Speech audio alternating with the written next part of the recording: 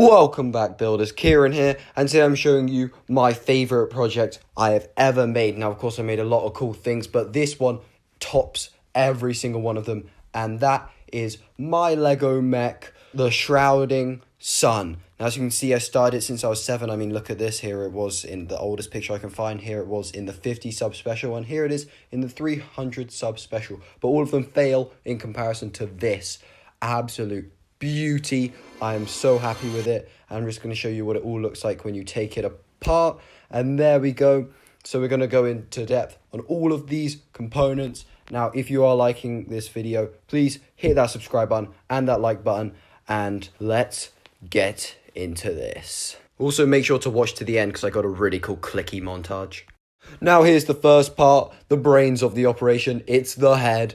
Now, for this absolute specimen, I've used a bunch of crazy techniques that I'm absolutely proud of. As a good example is how I connected the head part here on, and I just used a few clips, but I angled it to allow this to actually connect these parts. So I used like the single ones because they're slightly curved, so it allowed me to get that angle. Now over here for the jawline, I used these little stud bar pieces, and also it's got a little antenna using a walkie-talkie, and I really like that middle piece on the top of the head. It really just completes it, makes it look so much better, because before without it, it just looked kind of plain and bland, and no one likes that.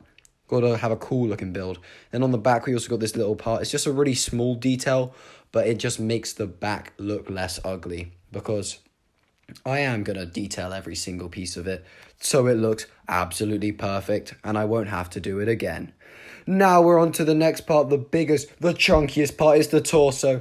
Now this part's been through so many developments, it is absolutely crazy. And I mean, take a look at it, it's absolutely gorgeous. It took a while to get this design, but you know, we got that tri-wing thingamabob going on there and how you open it up. I've even detailed the inside just a little bit, just so it doesn't look horrible when you open it. As you can see, it just you can connect a minifigure there. I got a little panel there, and these things are just really cool. And then we've done back details yet again. So I got this little part here on the back, and it's actually really cool. We got these little things that move. They don't really have a purpose. They're just kind of there because it looks cool, like basically all of the entire build. And this part here, if I can just get it off, uses this little piece. I don't really know what it is, but it's basically like a weird like camera looking thing, and that was like the best way to attach it I could find, and I'm very happy about it. It got the looks.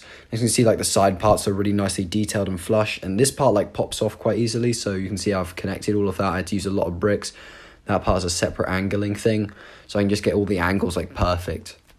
Because obviously I want it to basically cover up as many little holes and gaps and stuff, so it would be more flush, and I think I've achieved that quite well. Now these parts are just connected there with some ball joints and brackets, which allow those to move. This one pushes back, then you fold those in, and it's just absolutely gorgeous. I love it. It kind of reminds me of Bumblebee, which is my favorite Transformer, so I guess that makes complete sense. And over here on these side parts, we've got some epic detailing as per most of it. I mean, I love the look, like the curvature. I just got the shape absolutely right, and you know, I've even got like a little bit of that stuff there. So yeah, let's move on to the next part. Now here's one of like the most simple parts, which are just the little wings. So there's not too much to talk about them really, apart from this really cool technique where I use this little ball thing there, and that's actually just connected like that. It's just quite a random thing that I just like came across, and I was like, oh, I can use that. And those parts come off as well to allow you to move those, which you know you can adjust all of the angles with, so you can get like the perfect angle, which I absolutely love, as it's really cool.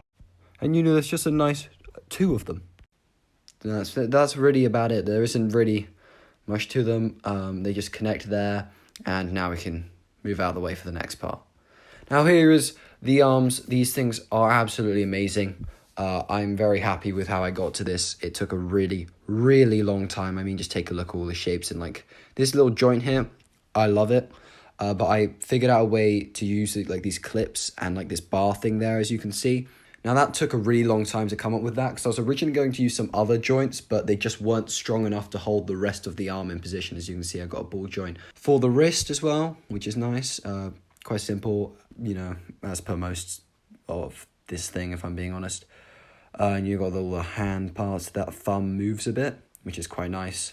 Which is just, just an extra bit of posability, adds a lot more life to the Lego. That doesn't really make much sense, but get what I mean.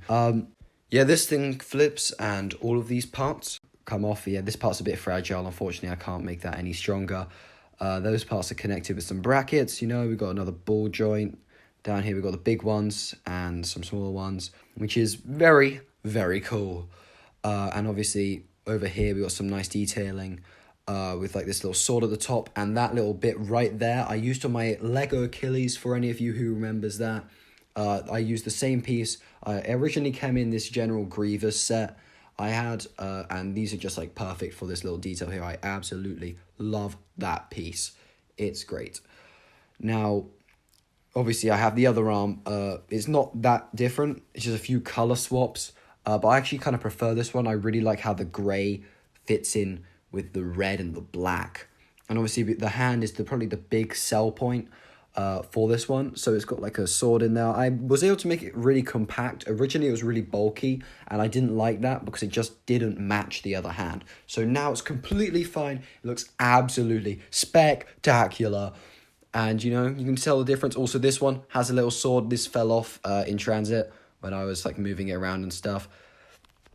But that's okay. It comes off. I don't even have to have it on all the time. But it's just a nice little feature. And yes, it is Kai's golden weapon for all you nerds out there. Now back here, I got this little thumb. I'm quite happy about this. Like, it just uses this little gold piece on another one of those weird mech finger thingies. Which, I mean, it's quite simple, but it definitely makes it look more natural. Obviously, that was the same one on the jawline of the mech head. So yeah, it's pretty cool. But anyway, let's move on to the legs. These things are absolutely humongous, and this is very heavy, actually. Well, they're not very heavy, but relatively heavy. Obviously, I got two of them. Again, just like the arms, it's a slight tonal color variance with a red stripe running down on it. So basically, the one on the left is a lot more red than the one on the right. Now, these like easily connect, as you can see. It's quite simple. This part's really nice. It's the calf, so I really love that angle right there and the way it works. I'm very happy I was able to get to that. I love the little side detailings. Those are really cool. And I got another little jet thing on the bottom because basically my mech is made to fly, so I just had to add a bunch of like jet stuffs everywhere. Now here's like the joint, which is really cool. I'm very happy with how I attached this. Just use a little Technic axle so it can connect to the upper part. And talking about the upper part, here it is. Got another one of those exhaust jet thingies. But this one was from like one of the Lego planes. I don't know which one of the Lego city planes. But I'm very happy with that. I love the shaping on this. Used a lot of like brick-based things. And this actually, if you see that little bit right there, you might recognize it as, I think, a Lego Batman and Nightwing set. And I used that piece there just because it really matched the red and black color. And obviously these use these really big Lego joint things. I don't exactly know where they're used all the time, but they've been used on the ATAT. That's all I know. And here's the foot. It's quite simple, quite bland. There's a random chainsaw on there for some reason. It's not on the other one. I just put it on that. So, it's quite simple, the foot. But I do like it because it looked really weird with the old one. And as I was saying, the really only difference with this one is just like the black tonal variance, which is lovely. And now it's time for a nice, satisfying, clicky section. So enjoy that.